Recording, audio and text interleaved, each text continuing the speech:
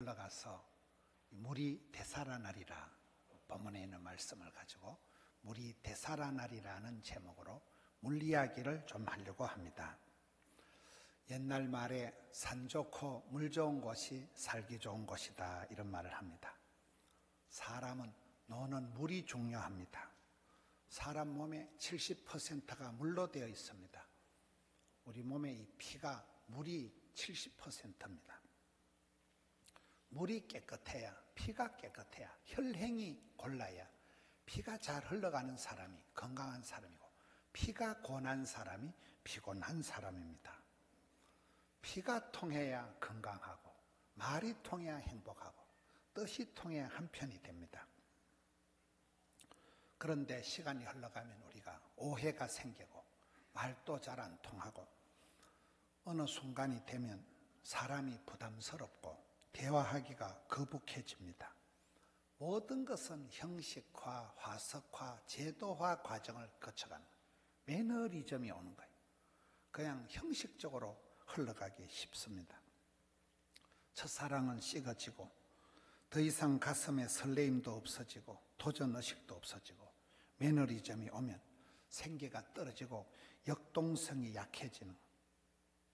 저는 요즘 이렇게 집회를 다녀보면 한국 교회의 현상이 대부분 교회들이 화려하게 지었습니다.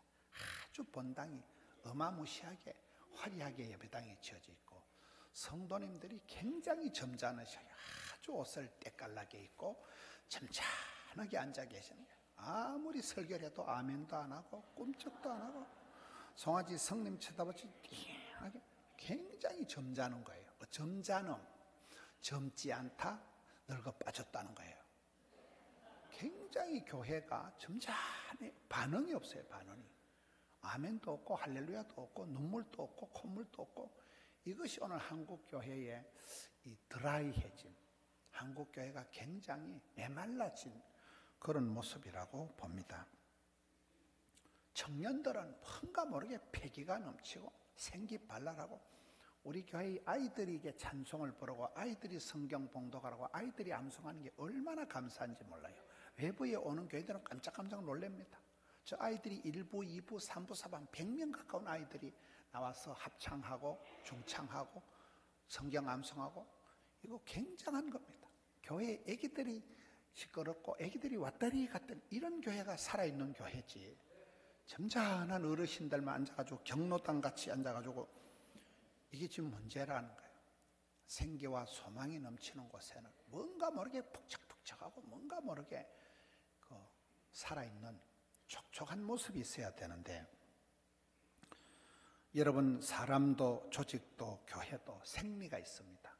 흐름이 있습니다. 흐름. 이 흐름이 어느 순간에 가면 상당히 메말라가지고 껍데기만 남아가지고 무사안일, 복지부동, 구태의연, 수구 꼴통이 돼버려요. 완전히 그냥 꼴통이 돼버려요. 동맥경화가 왔다, 간경화가 왔다는 것도 이게 상당히 건강에 적신호입니다. 굳어지는 거예요. 간이 딱딱해지는 거예요. 유연해야 됩니다. 어린 애기들은 아주 애기들이 자빠져도 안 다쳐요. 어른들은 자빠지만 그냥 골다공증이 팍싹 무너지는 거예요. 고양이가 2층에서 떨어져서 허리 다치는 거 봤어요? 절대 안 다쳐요. 유연성이 이게 건강성인데 경화가 온다, 딱딱해진다, 물기가 사라진다, 메말라 빠지는 것이 오늘의 문제라는 거예요. 진짜 심각한 병은 자각정상이 없다 그러잖아요. 침묵의 소리 없는 침묵의 살인자다. 병원에 가서 보면 말깁니다 할 때는 이미 늦은 거예요. 진짜 무서운 건 감각이 없다는 거예요. 몸에 느낌이 없는 것이 이게 심각한 병인데 오늘 이 시대가 성도들이 입맛이 밥맛이 살맛이 다 떨어지고 감각이 떨어지는 거예요. 여러분 복 있는 사람, 행복한 가정, 건강한 교회, 될성부른 나무는 떡잎이 다른데 이 떡잎이라는 게 DNA가 핵심이 뭡니까? 갈증, 긍정, 열정이에요. 갈증이라는 건 항상 목이 마르고 항상 배가 고파야 돼요. 사슴이 시냇물 찾듯이 껄떡거려야 되는 거예요. 입맛이 밥맛이 물맛이 땡겨야 돼요. 먹어도 물리지 않는 게 물이 돼야 되는데 이런 물이 맛이 없고 아이고 삼시세끼 밥을 못 먹었다. 그게 큰 병이 된 거예요. 갈증이 있어야 됩니다. 늘 배가 고파요. 하나님 앞에 복을 받기를 원하고 아기들이 잘 되기를 바라고 여러분 이 나라가 잘 되기를 바라고 그런 갈증이 있어야 되는 거예요. 사슴이 시냇물 찾듯이. 긍정이라는 건 뭡니까? 가면 있고 하면 되고 여러분 일이 안 풀리고 엉망진창이 되어도 긍정, 낭만, 진취, 발전, 소망 굉장히 긍정 모드로 생기 발랄해지는 이게 여러분 절대 긍정 이게 되는 사람의 모습입니다. 열정이라는 건 해도 안 피곤한 거예요. 지겹지가 않아요. 피곤하지는 않아요. 에너지가 인코가 안 되는 거예요. 이런 모습이 성도의 건강한 모습인데 오늘 많은 사람들이 어려움을 당하고 힘든 일을 당하면서 기진맥진해가지고 탈진이 돼가지고 있고 드라이해져요. 바짝 말라 빠진 그런 모습이 많다는 것입니다.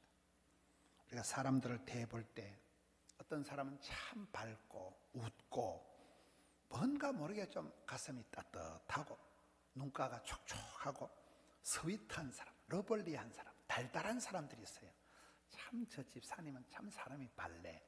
어떻게 저렇게 사람이 긍정적이야. 이런 사람이 있고 어떤 사람은 눈깔이 쌍심지를 켜가지고 막 모가지 핏대를 세워가지고 막 건드리면 왕짜증을 내고 막 말이 늘 그런 까칠한 사람.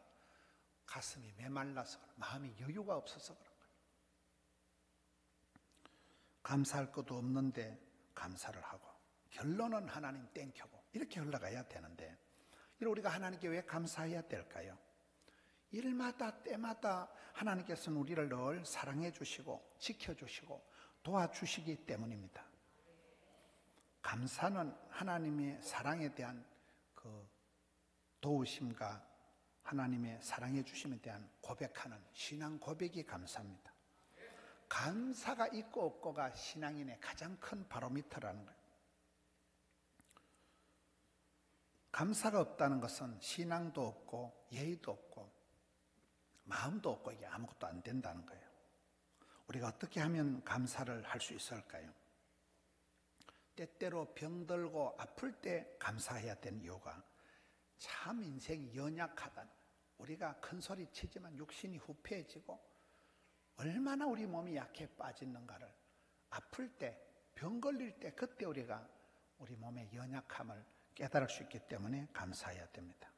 고독하고 외로운 것도 감사해라. 왜냐하면 내가 가장 심심하고 고독하고 외로울 때가 하나님을 가장 가까이 할 수 있는 때입니다. 부산에 성지순례를 20몇 번 다녀온 목사님이 계셔요.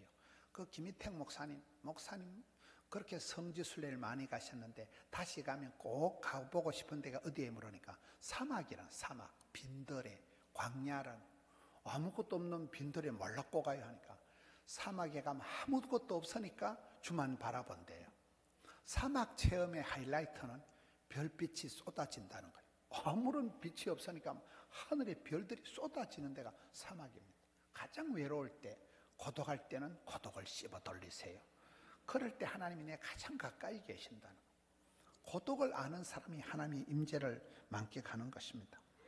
일이 계획대로 안 되고 틀어진 것도 감사해라. 왜냐하면 그때 내가 교만한 게 깨어진다는 거예요. 돈이 떨어지고 사고 싶은 것도 못 사고 그럴 때 없는 자, 가난한 자의 심령을 비로소 이해할 수 있기 때문에 감사하고 사업이 잘 안 되고 자식들의 진로가 생각만큼 진전이 안 나가고 살아가는 것이 고달플 때도 감사해야 되는 것이 그것이 자식이든 무엇이 내 마음에 우상이 안 된다는 거예요.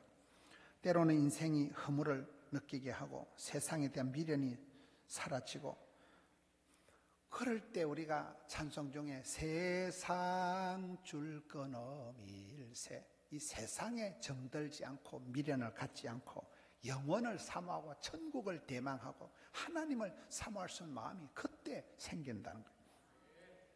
나를 비판하고 욕하고 비난하는 사람들이 있을 때도 그때 내가 늘 겸손해지는 거예요. 그때 내가 사람이 낮은 자의 자리를 지킬 수 있기 때문에 여러분 우리가 이런저런 일들을 통하여 썸물이 단물이 되고 산전수전 겪으면서 산수를 하게 되고 마음에 맷집이 생겨서 마음이 스펀지처럼 잘 받아들이는 그런 쿠션 작용이 생겨서 원망과 불평이 감사와 찬송으로 바뀌는 것입니다.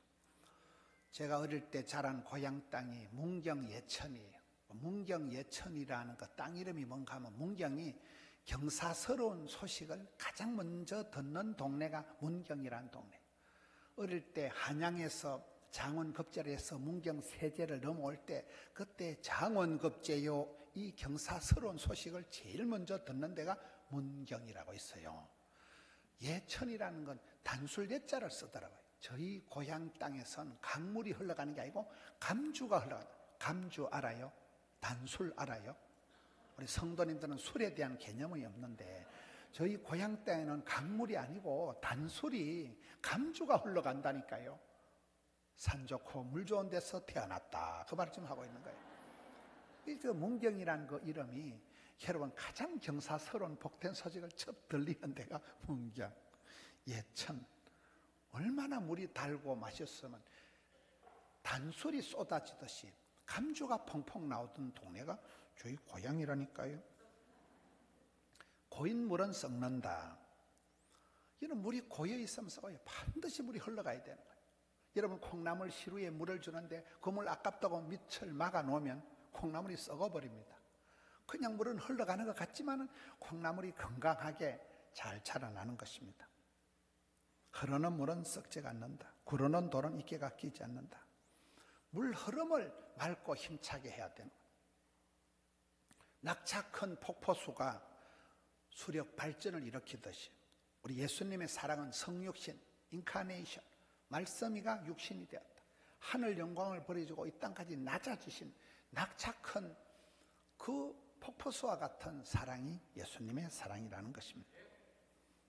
여러분 이스라엘의 그 호수를 보면 갈릴리 호수는 물이 흘러들어오고 흘러나가기 때문에 갈릴리 호수에는 온갖 물고기들이 많습니다.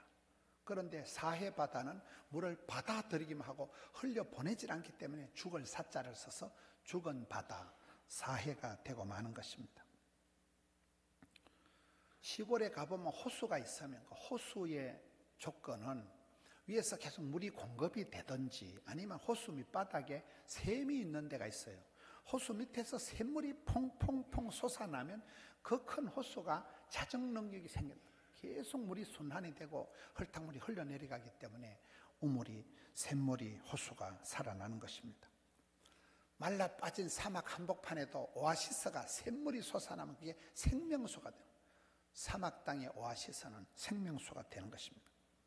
우리가 어릴 때 불렀던 내게 강 같은 평화, 내게 바다 같은 사랑, 내게 샘솟는 기쁨. 그 가사가 얼마나 적확한지 몰라요. 기쁨이가 샘솟던 강 같은 평화가 흘러가고 바다같이 넓은 사랑. 바다가 왜 바다입니까? 오만 떼막을 받아들이니까 바다가 되는 거예요. 바다 같은 넓은 사랑. 이스라엘의 지형을 보면 헐몬산, 일본의 후지산이 있듯이 이스라엘의 그 최고봉 헐몬산에서 만년설이 녹아내립니다. 이 눈에 물이 녹아내려가지고 산지에서 샘이 돼서 뽕뽕 터지는 거예요. 그래서 이스라엘 땅은 산지가 비싸고 산지가 살기 좋고 산지가 안전하고 산지에 샘이 있기 때문에 여러분 거기에 사람이 사는 거예요. 미국 땅에도 가보시면 샌프란시스코나 이런 데 사막 땅 중에 전부 누런 잔디인데 어느 특정 부분에 가보면 파란 나무가 자라고 거기서 밑에 샘이 터지는 거예요. 샘이 있으니까 나무가 자라고 샘이 있으니까 물이 있으니까 사람이 살고 마을을 형성하게 되는 것입니다. 오늘 성경 말씀 에스겔 47장은 성전에서 물이 흘러내리는 거예요. 이 물이 흘러내리는 게 강물이 되고 이 강 좌우에 각종 과실나무가 자라고 이파리가 시들지 아니하고 열매가 사시사철 끊이지 아니하고 그 나무 잎사귀는 약재료가 되고 그 물이 성소를 통해서 흘러나오는데 강물을 이루고 이 물이 이르는 곳마다 모든 생물이 살아나고 강가에 어부가 생기고 물고기가 하도 많으니까 어부들이 살고 큰 바다에 물고기가 심히 많았다. 이게 오늘 본문의 말씀입니다. 성소에서 성전에서 물이 흘러나온다. 이 물은 성령님을 말하는 거예요. 여러분 성경에 보면 성령님은 오순절에 성령님은 사도행전에 불처럼 임합니다. 여기서 성령님은 물처럼 임합니다. 에스겔 37장에는 생기야 불어라. 성령이 바람처럼 불어옵니다. 여러분, 말라 빠져서 해골 바가지가 건건한 말라 빠진 뼈다귀만 있는데, 성경에 보면 그런 말라 빠진 데 귀신이 역사하는 거예요. 물이 있는 곳엔 귀신이 떠납니다. 말라 빠진 사망의 죽음의 흔적, 뼈다귀만 있는데 성령의 바람이 불어오니까 에스겔 골짜기에 마른 뼈다귀들이 하나님이 큰 군대를 만드는 게 에스겔 37장의 성령의 바람입니다. 47장에서는 성령의 생수의 강이 흘러넘치면서 여기서 소생케 되는, 만물이 살아나는 이 역사가 오늘 본문에 나타납니다. 그래서 우리의 신앙생활은 항상 우리 속에 있는 더러운 것, 악한 것, 어두운 것을 토해내야 돼. 회개하라, 충만받아라. 더럽고 악한 것은 토설하고 성령 충만, 은혜 충만, 진리 충만할 때 영적 전투에서 우리가 승리할 수 있는 것입니다. 사탄 마귀는 죽이는 영이에요. 도둑놈은 와서 빼앗고 죽이는 것뿐이요, 멸망시키는 것뿐이요. 요한복음 10장 10절에 예수님은 생명을 주시고 풍성케 하기 때문에 사탄 마귀는 어쨌든 우리를 공격하고 괴계를 쓰고 속이고 죽이고, 사탄 마귀가 우리를 집중 공격을 합니다. 그런데 우리가 엉망으로 살아가는데도 사탄의 아무런 공격이 없으면 사실은 그 사람이 더 심각한 거예요. 그 사람은 이미 버린 자식일 가능성이 있는 거예요. 그래서 여러분, 사탄 마귀가 왜 나를 이렇게 공격하고 이렇게 치밀하게 공격하고 이렇게 극렬하게 공격하고 징글징글하게 나를 괴롭히느냐? 정상이라. 여러분들이 중요한 사람일수록 사탄 마귀가 집중을 합니다. 우리가 뉴스를 보면 이번에 그 적진에 무슨 사령관을, 무슨 대장을 이번에 어떻게 했다. 여러분, 저게 대장을 무너뜨리는 게 최고의 목적인 거예요. 그렇기 때문에 우리가 사탄의 계계와 공격을 무서워하지 말라는 거예요. 당연하다는 거예요. 악한 영들을 대적하라. 예수 이름으로 물리치라는 거예요. 우리가 은혜를 받으면 눈물, 콧물, 침물 3종 세트가 쏟아집니다. 신앙생활을 늘 우리가 하나님 앞에 새롭게 해야 되는 이유가 은혜가 없으면 메말라지만 마귀가 역사하기 때문에 그렇습니다. 눈물로 키운 자식은 망하는 법이 없다고. 여러분, 시골에 가서 보면 뽐뿌라는 게 있습니다. 깊은 우물에 물을 끌어올리기 위해서는 마중물이라고 한 바가지 물을 붓고는 딸꾹 뽐뿌질을 하면 그 깊은 우물에 아주 맑은 생수가 터져 올라오는 것입니다. 생수를 끌어올리는 것은 마중물이고, 그것이 그 더운 땡볕에서 계속 뽐뿌질을 해야 되듯이 우리 신앙생활도 그렇습니다. 악하고 게으른 사람들은 뽐뿌질도 싫어하고 마중물도 한 바가지 안 붓는 것이 날로 먹으려고 하는 게 문제지만은, 이 시대의 영적인 위기는 안정감, 평안함이라는 거예요. 점잖음이라는 거예요. 신앙생활은 그렇게 합니다. 좁은 길을 가고, 여러분, 산지를 내게 달라 하고 꽃길을 넓게 걸어가는 게 아니에요. 이 시대에 우리가 더욱더 마음을 추스려서 그렇게 신앙생활을 뽐뿌질 하듯이 해야 되는 것입니다. 여러분, 낙숫물이 처마 밑에 떨어지는 물방울이 어떻게 바위를 뚫을까요? 시골에 가보면 오랜 세월 동안 물방울이 똑똑똑, 그 물방울이 힘이 있어서 그런 게 아니야. 자점이라는, 수만 번을 떨어뜨리면서 그 힘없는 물방울이 바위를 빵구를 내는 것입니다. 딸꾹질을 하고 계속해서 펌프질을 할 때 깊은 우물을 퍼올 수 있듯이 우리의 신앙생활도 그런 것입니다. 새벽을 깨우고 주일을 예배하고 또 3일 기도를 하고 기도를 쉬지 않고 해야 이것이 성령의 역사가, 구하는 자, 찾는 자, 두드린 자, 사모하는 자, 부르짖는 자에게, 구하는 자에게 좋은 것을 성령을 주시지 않겠느냐, 이렇게 되는 것입니다. 새 강이 살아야 큰 강이 삽니다. 시골에 가보면 저희 고향이 상수원입니다. 낙동강 제일 상류입니다. 아주 7수만 흐릅니다. 다슬기라고, 어릴 때 저희들은 찰골뱅이라고 했어요. 찰골뱅이, 골뱅이 중에서 아주 진짜 오리지널 찰골뱅이라 했다니까요. 밤 중에도 꿀밤이 있듯이. 여러분, 7수에서만, 가장 상수원 7수에서만 살아가는 게 다슬기입니다. 그래서 상수원 보호하는데 나라에서 엄청 상수원이 오염되면 뭐 낙동강 이 밑에 있는 사람들은 똥물을 먹어야 되니까 상수원을 엄청 보호를 합니다. 물 근원을 맑게 해야 되는 겁니다. 셋강이 모여서 큰 강을 이루는 것입니다. 큰 강은 셋강물을 마다하지 않는 거예요. 우리나라 가장 원로 부흥사 목사님이 피종진 목사님입니다. 그분이 연세가 90이나 되고 뇌수술을 2번이나 하시고 이런 어른이 얼마나 바쁘게 다니는지 저보다 더 바삐 다니시는 것 같아요. 한 번은 일본에 갔는데 갈 때는 제가 배 안에서 부흥회를 하고 올 때는 피종진 목사님이 부흥회를 하는데, 목사님 연세가 90이신데 뇌수술 2번이나 하셨는데 조용히 좀 계시지 뭐 때문에 이래 다닙니까? 이러니까 김 목사, 큰 강은 셋강물을 마다하지 않네. 셋강 또랑물에 뭐가 다 받아들여야 이게 큰 강을 이룬다는 거예요. 제가 그 말에 큰 강, 저런 열정이 있으니까, 저런 배포가 있으니까 90이 되어도 뇌수술 2번이나 하셔도 쓰러지지도 안 하고 열방을 휘젓고 다니시는구나, 그걸 깨달았습니다. 셋강이 모여서 큰 강을 이루고, 아브라함은 윗물은 더러워도 네가 복의 근원이 되거라, 그렇게 되는 것입니다. 서울에 가면 원천교회가 있어요. 강의 뿌리교회에서 근원교회가 있습니다.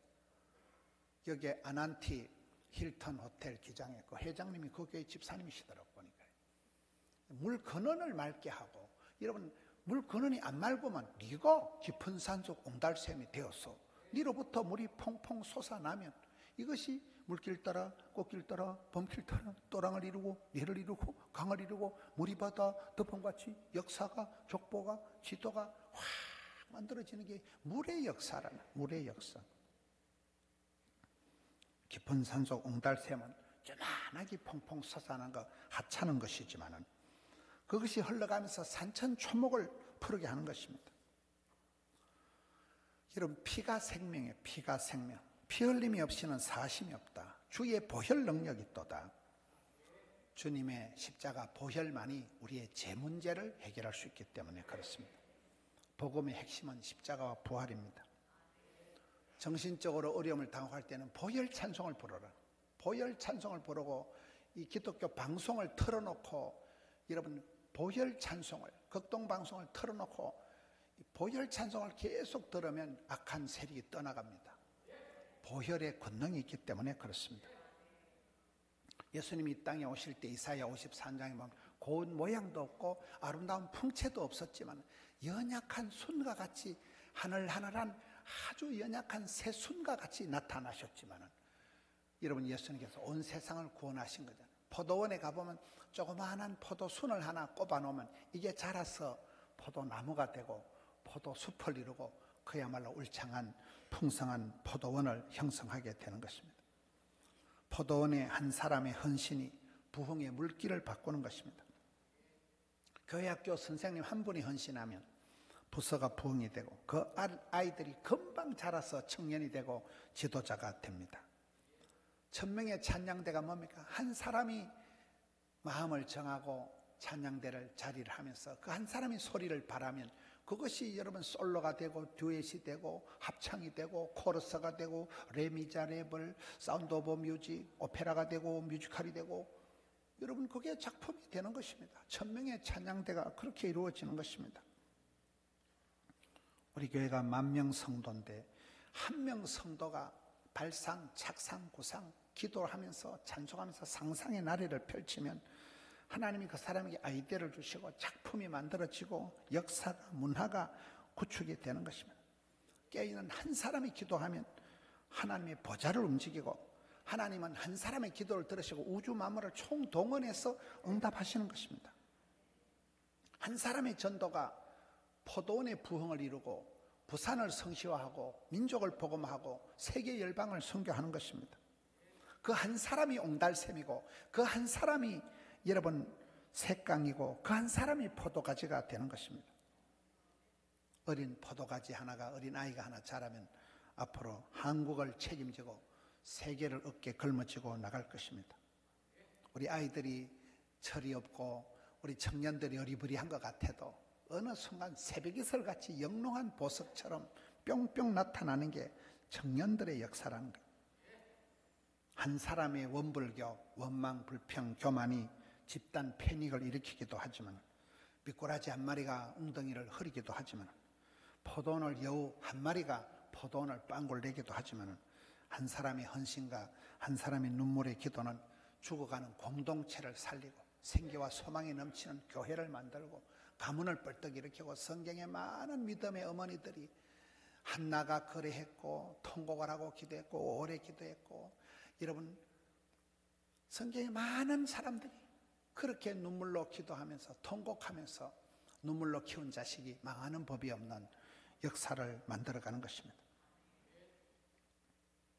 하늘의 미랄이 떨어져 많은 열매를 맺듯이 겨자씨 하나님만 믿어서 산이 옮긴다는데, 요따만한 겨자씨 하나님만 믿으면 가지고도 부산이, 울산이, 양산이, 마산이 전부 다 산이에요.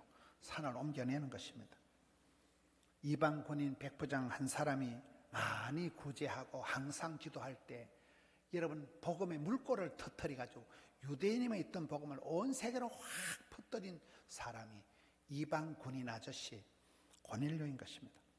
바벨론 포로 시대에 그 다니엘 한 명의 기도가 사자굴의 사자들의 입을 틀어 막아버리는 것입니다. 모세가 던진 나무 짝대기 하나가 이런 마라 썰물을 단물로 변화시킨 것입니다. 예수님의 십자가 나무가 온 세상을 구원하는 십자가, 제 문제를 해결한 자유를 주는 십자가가 되는 것입니다.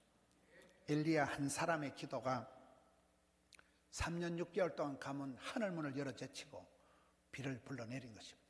성경은 엘리야를 이스라엘의 병거와 마비, 한 사람의 기도, 한 사람의 신앙이 나라와 민족을 지키는 방파제 역할을 해낸 것입니다. 어제 토요일 날인데도 우리나라 국회 법사위원장 김도읍 의원을 불러가지고 부산에 16개 시군구 목사님들이 설교 준비도 안 하고 우리 교회에 다 왔습니다. 어제 모여가지고 이 대한민국의 악법을 철폐하고 어제 그런 특별한 시간을 가졌습니다. 여러분, 우리가 이 나라를 지키고 가정을 지키고 아이들을, 다음 세대 아이들을 잘 보호하는 것이 방파제 역할을 해야 돼요. 우리가 방패막이가 돼서 우리 아이들이 마음껏 자랄 수 있도록 어르신들이 그 역할을 해야 되는 것입니다. 예수님의 첫 번째 기적은 맹물이 포도주가 되는 것입니다. 예수님을 만나면 맛도 없고 멋도 없는 사람이 극상품의 최고의 포도주가 되듯이 변화의 주인공이 된다는 것입니다. 예수님께서는 포도나무 비유 요한복음 15장에 보면 포도원에 열매가 맺지 않은 것은 하나님께 붙어있지 않아서, 포도가지가 줄기에 붙어있지 않아서 접촉 불량이 와서 그렇다는 거예요. 주님과 내 사이가 항상 촉촉해야 됩니다. 따뜻해야 됩니다. 접촉 불량이 되면 불이 납니다. 열매 맺는 가지는 주님은 더 열매 맺도록 반드시 전지 작업을 하고 깨끗하게 한다는 것입니다. 주를 떠나 멀리했던 것을 돌이키고 더 깨끗한 가지가 되도록 하나님 앞에 회개하고 새로워지는, 여러분 하박국은 없는 것만 6가지가 있을 때도 하나님 한 분만으로 즐거워하고 감사하고 만족한 의인의 길, 형통의 길을 가르친 사람이 하박국 선지자입니다. 이 시대가 감사와 감격이 사라진 일상이지만 다시금 추수감사절을 맞이해서 아직도 살아있음을 감사하고, 농사를 지어보면 해거리가 있어요. 해거리가. 금년도 어려우면 내년도 좋은 일이 반드시 생깁니다. 농사를 지어보면 금년도 단감이 오지게 터지게 달리면 나무가 지가 세력 조절을 해서 내년엔 좁게 달립니다. 반드시 그런 해거리가 있습니다. 해거리. 여러분 금년도가 추수감사절을 지나면서 힘겨웠다면 하나님은 다시 또 한 해의 기회를 주실 것입니다. 포기하지 않을 꿈을 주시는 것을 감사하고, 지치지 않는 새 힘을 주신 것을 감사하고, 새 일을 행하실 주님을 기대하면서 다시는 설레이는 가슴으로, 이 설레이는 가슴으로 여러분 추수감사절을 지나는 우리 성도님들 되시기를 축원합니다.